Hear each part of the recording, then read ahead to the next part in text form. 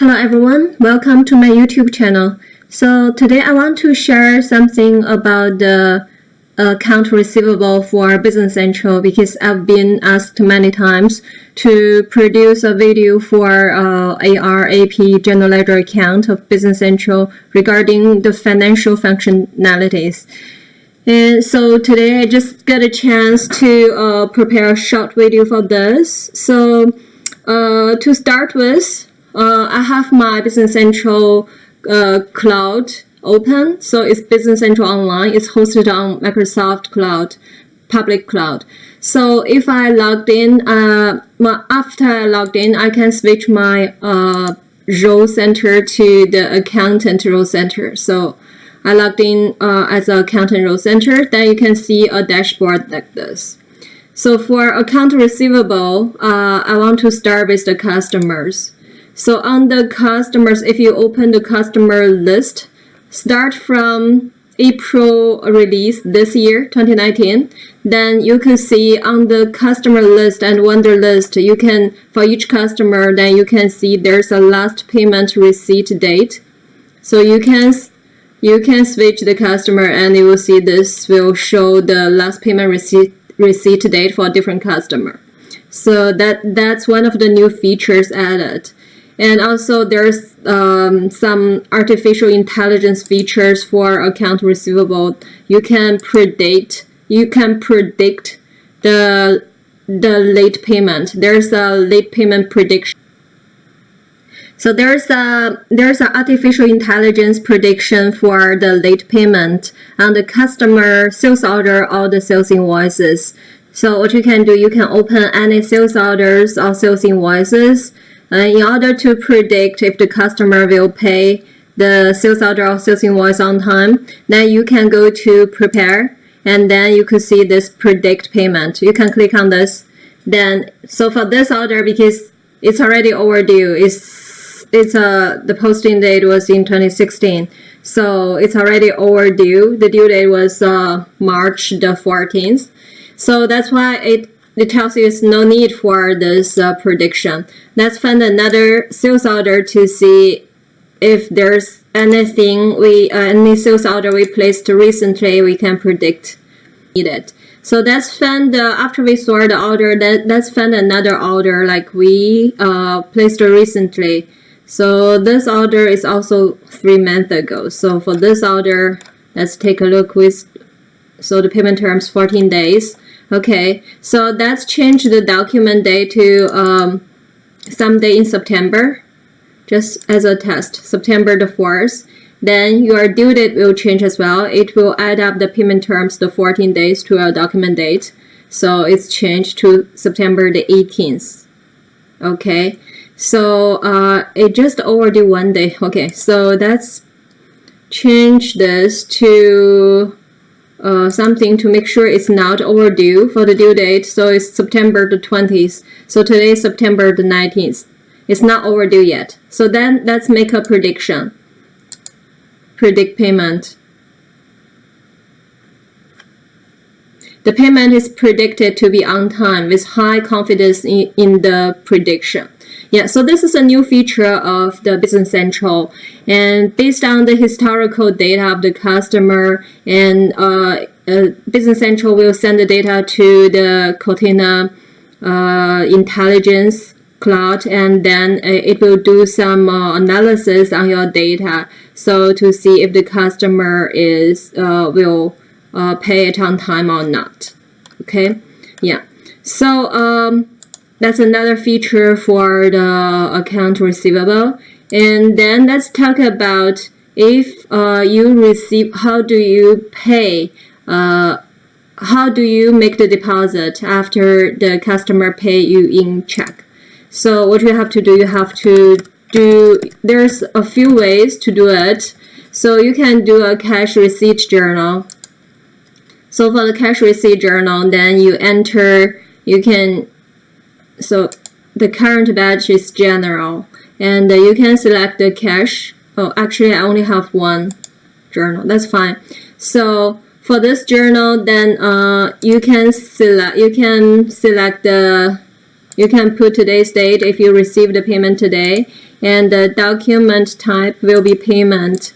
And the number, you can use the default generated number from the system, and you select your customer, and you select the customer number and the amount. You don't need to select the amount yet. So what you can do, a default balance account to this cash, because the reason of this, because we are entering the cash receipt journal, and in the journal batch, if you take a look of this journal batch, because you have a balance account set up as this 11200, this general ledger account for the cash already. So that's why it will go in, that general ledger account number will populate it automatically on the cash receipt journal line. So you can click on applies to document number. If you have a bunch of open invoices you want to apply the payment to, then you can open this. And so there's some invoice. For example, the customer paid you $452 for for example, if the customer paid you this $452 for this invoice, and you can highlight this invoice and click on OK. Okay, so that amount will populate it in your cash receipt journal. Then you can post it. So this is one way of doing it. If the customer pay you exact amount for invoice, then you can do it this way. Let's delete this and do it another way. Okay, so let's remove this and do it another way. Another way is like if the customer paid you like 3,000 and tell you and didn't tell you to apply to which invoices, so you can go to apply entries, and then you would like to apply it to the earliest to the invoices like by the date, by the posting date. So for example, you want to apply it to, you can click on select. You can click on select more.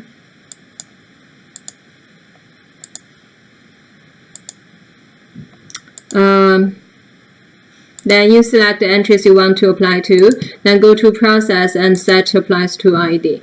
So, let's say if the customer paid you like $12,004. So if that's the case, if the customer didn't pay you exact amount and they paid you like 3,000, so then you have to enter the amount here, then go to applies to entries, apply entries, then select the multiple invoices and apply it to the invoices which has the earliest posting date. So then you can do it this way. So because I already have those selected, I have to remove those.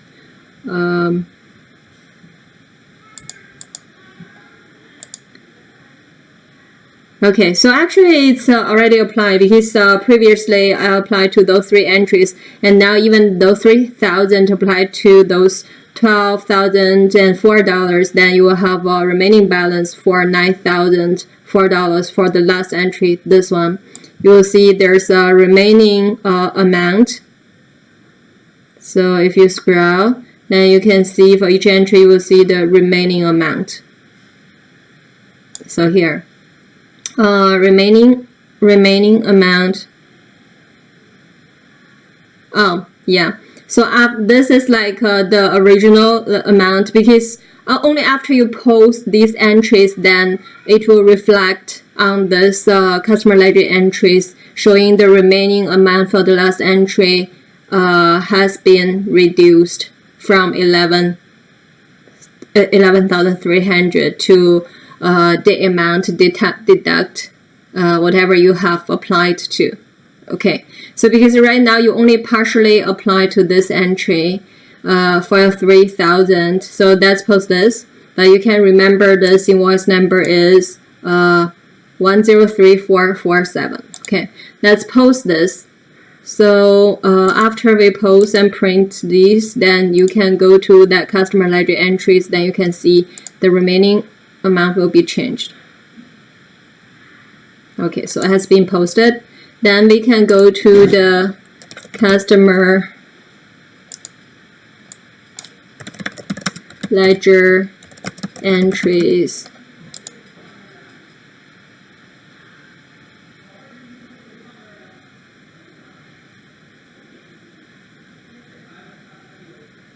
Okay, so now you can search. You can search by the customer number.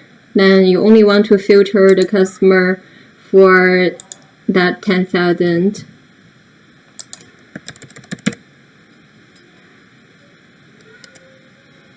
Okay, so now you see after it comes out, then you'll see the entries only for this customer. And that's just close that. So that yeah, let's do a customize, personalize this page because you cannot see it completely. Let's drag this to be wider. Okay, so now you can see it. So you remember that invoice number we talked about.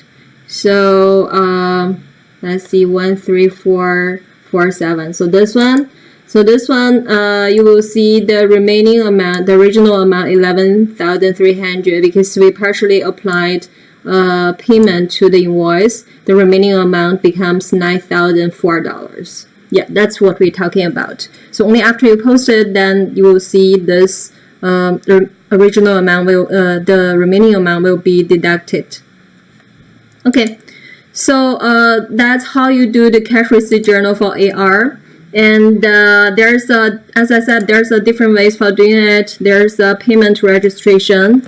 You can, if you receive the check or cash from the customer, you can use this payment registration. So this is easier than what you do from the cash receipt journal, because when you see, okay, let's make this show up. So when this is the customer ledger entries as well. So when the customer make a payment, you can say payment made. You just check the checkbox. Then it will apply the payment to the invoices. So this is easier if you can match your payment to the invoice. Okay, so yeah, you see, if I click on payment made, then this remaining amount will be reduced to 0, right? And it will apply the date received. Okay, the reason that you see September 02 is because if I go to my settings, that work date is September 2. So it didn't get adjusted to the actual date of today, September the 19th. If you change this to today's date, because I'm using a demo system, so that's why the work date didn't synchronize with the actual work date. If you are using a production license, not the trial system, demo system, then the date will update. So yeah, let's remove this. So let's check again. So you see, it will use today's work date to reduce this amount. Yeah. So this is easier. You can use this payment registration this way. It's another way for you to do the account receivable. And there's a account receivable, Azure account receivable report. So you can use this report to see how late the customer, how late the payment has been. Okay, so you can enter as of date, for example, as of today's date, and you can age by transaction date. So transaction date is actually the order date, and the due date. Due date is the payment is already overdue, and the document date is before you add the payment terms to the document date is like after you add the payment terms to the document date, then you get a due date. So the document date is like without the payment terms, then it's exactly the financial document date.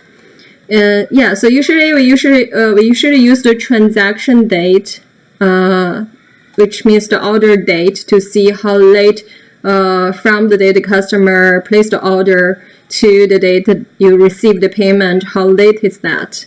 Then you usually use a bracket, like 30-day or 60-day, whatever bracket you prefer, to check this report. Then the report will be in this bracket. So let's take a preview of this report.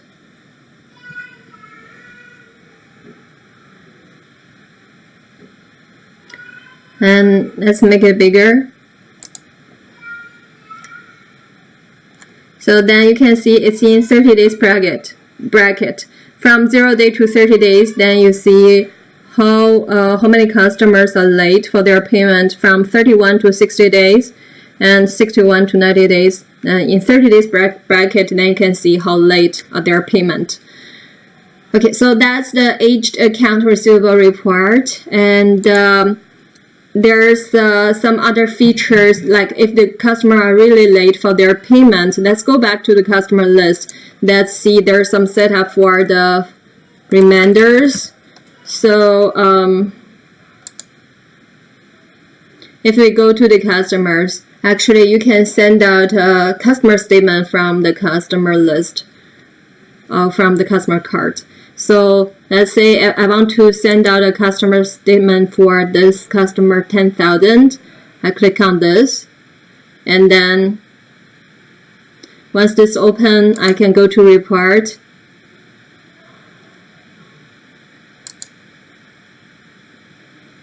I can go to statement. And you have different ways to send out the statements to the customer. You can send out a statement by email, and you can send out the statement by mail. So there's you can print it, send it out by mail. So there's different ways. So if you prefer to send out by email, you select the report output as email, and then you put a starting date and end date for the statement. For example, I don't think I have any transactions. Let's just say I want to send out statement for August and September. So today's date, and so yeah, I just leave all the switches at the default, and I want to send out by email, but I don't want to send it to all the customer. I just wanted to send out to this 10,000, this customer. I click on OK.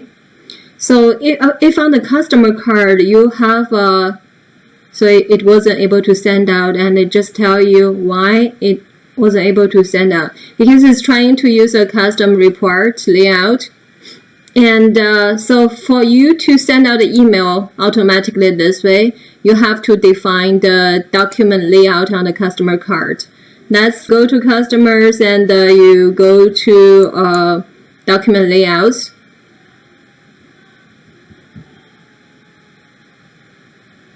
So this is the sales invoice. So you didn't define anything for the statement. In order to send out the statement, you have to select statement, customer statement. You have to give it a report ID, and then you have to define the email. So let's go to select from the flow. Let's search statement. Okay, let's see. So we can use the customer statement 153. Let's try to use this customer statement. And if you want to add something to the email body, you can check this box. Then you give it another report number. So for this statement, you don't have anything for the email body. So then we have nothing to select. Maybe you can use another statement case. When you search statement, you have another one, and that one was 10. Let's find that report number to see if that one has email body. So statement. So you can use this 10072. Try this one, and then you can see for this report ID if you have a default email body layout. So what you can do, you can check this checkbox, use the email body layout, and then click on here, email body layout description, Oh, so even this report you don't have. Okay, that's fine. Let's just leave the email body blank, and it just send out the email with the attachment. That's okay. So if you are using a custom layout, then you can select the custom layout description. But because we are using the default, the system standard report, so you don't need to select this custom layout description. And then let's put in our email address. Okay, so it's all done. So now, let's see what's wrong with this. So it's saying, in order to see the error, you can see report uses RDLC, so it cannot be used as an email body. That's fine. So let's uncheck this box. Then we should be good.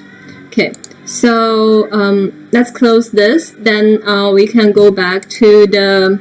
Oh, so actually we are already on the customer, and we want to send out the statement by the email again. So I put my email address just for the demo purpose, and that's putting the date again. So we want to put in August 1st to today's date, and we want to select the email as output. Then click on OK. Oh, sorry, shouldn't do this. I should do. Oh, I should select the customer number. Otherwise, it will send out the email to every customer in your system. So I need to filter this customer number, but it's too late. It will give me some error. Okay, so now I know there is something wrong with that statement. The reason of that is like we have to go to the report selection. So here is where you set up your, we want to see the report selection cells, and we want to see what's the statement report defined here.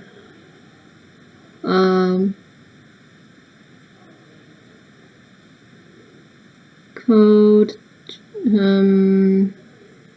customer statement. Okay, so it's using another statement report 1316. Okay, so that's changed to this statement report 1316. Let's go to the customer card again.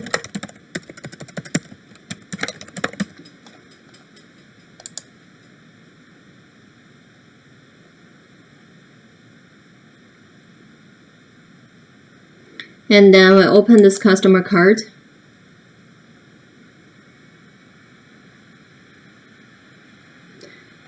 The reason you have to do this is because there's many customer statement report. You can select different formats of the customer statement report.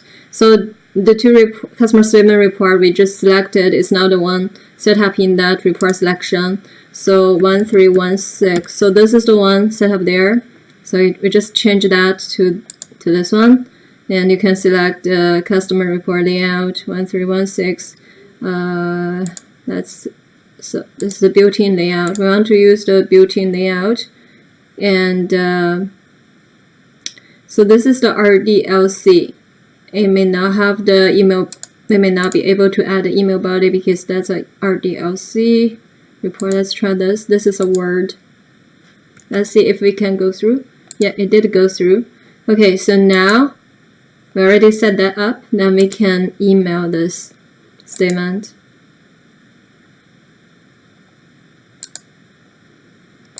So today's date. Then we want to use the email format. Then we want to just send to this customer. You remember we have two errors before. Let's try this. If we go to the same error page, we still see two errors. That means this sending action didn't get any error.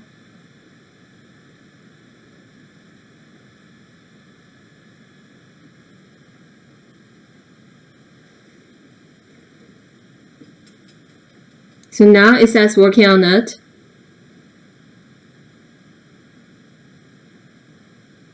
Now, yeah, I do receive a statement. Okay, so the reason I didn't receive the statement before is because the report form, the report number I selected is different than what defined in the report selection. And also that report, the statement report is a standard one, is not the other two reports. Okay, so that's about sending this customer statement. And another thing I want to talk about, yeah, I should still stay on the customer card. So I want to talk about, so you have a payment terms, you have payment method for the customer. The payment method can be check, cash on delivery, etc. And you have these two fields, remainder terms and the finance charge terms. Let's say if the customer didn't pay you and their payments are late and you want to remind them, and you can set up different level of your remainder. So right now I separated my customers as domestic customers and foreign customers. And for each category of the customers, I divide the customer in. I divided into different levels. So if the customer, I give the customer 5-day grace period, and the customer still didn't pay, then if it's overdue for 5 days, then I charge an additional fee of $7.70.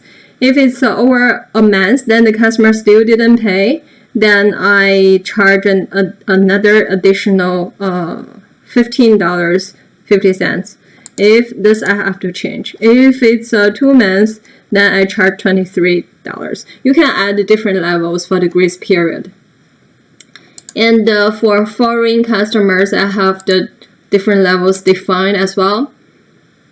Actually, I didn't define it for the foreign customers because most of my customers are domestic customers. But it's the same concept. You can divide the foreign customers by different levels, depends on how late they are. And okay, so after you do this, after you set this up, you have the remainder set up. Then you can go to your reminders. Then you can issue the reminders to your customer. So you go to your reminders. And so I already ran it once. Let's delete everything here.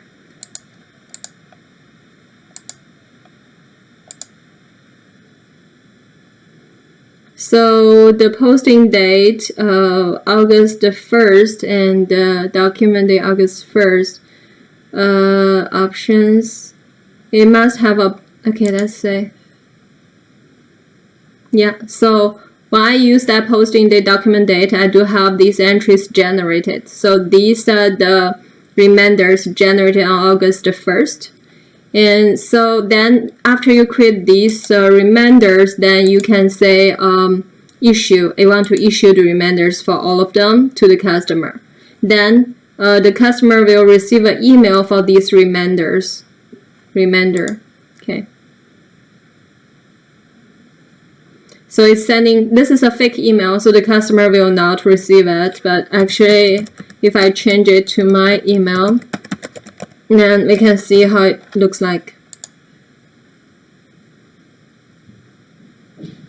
So I created one reminder for one of the customer, and I received this email. Now I can open this issued reminder email. And you can see how it looks like. So it just tell you like on which document date, which invoice number, and the due date of the invoice number, original amount, and remaining amount. So you haven't paid for this remaining amount yet. So this is a reminder for you to pay them.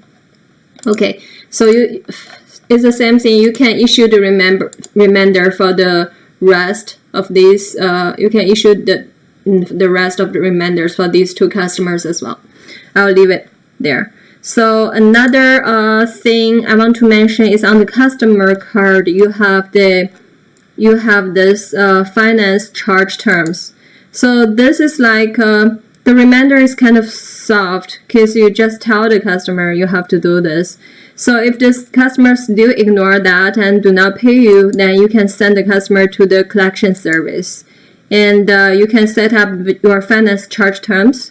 And so the first one is 1.5% for domestic and 2% for foreign customers.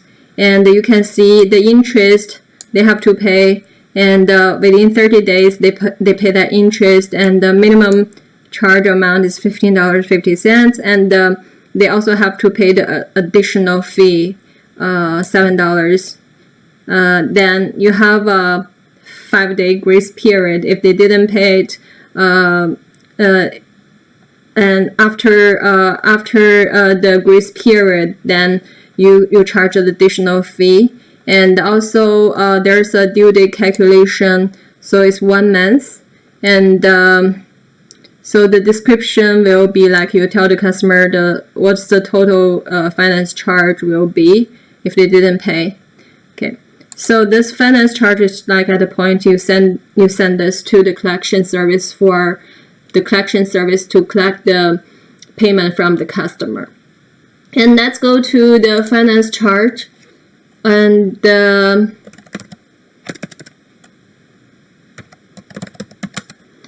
so let's go to the finance charge memos. Then we can issue a finance charge memo. So it's similar as the remainder. You can I already have something here, so let's just delete them. Then no, I don't want to print, so actually I should select no.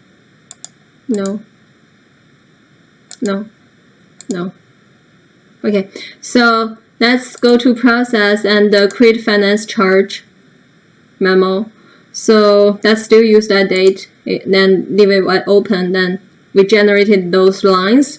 Then you can process and issue this finance charge. So I'm just gonna issue the first one, so then you can see it as an example. So I'm gonna issue a finance charge for that customer, and because this customer email is fake, I'm gonna put in my email address so you can see the content of the finance charge.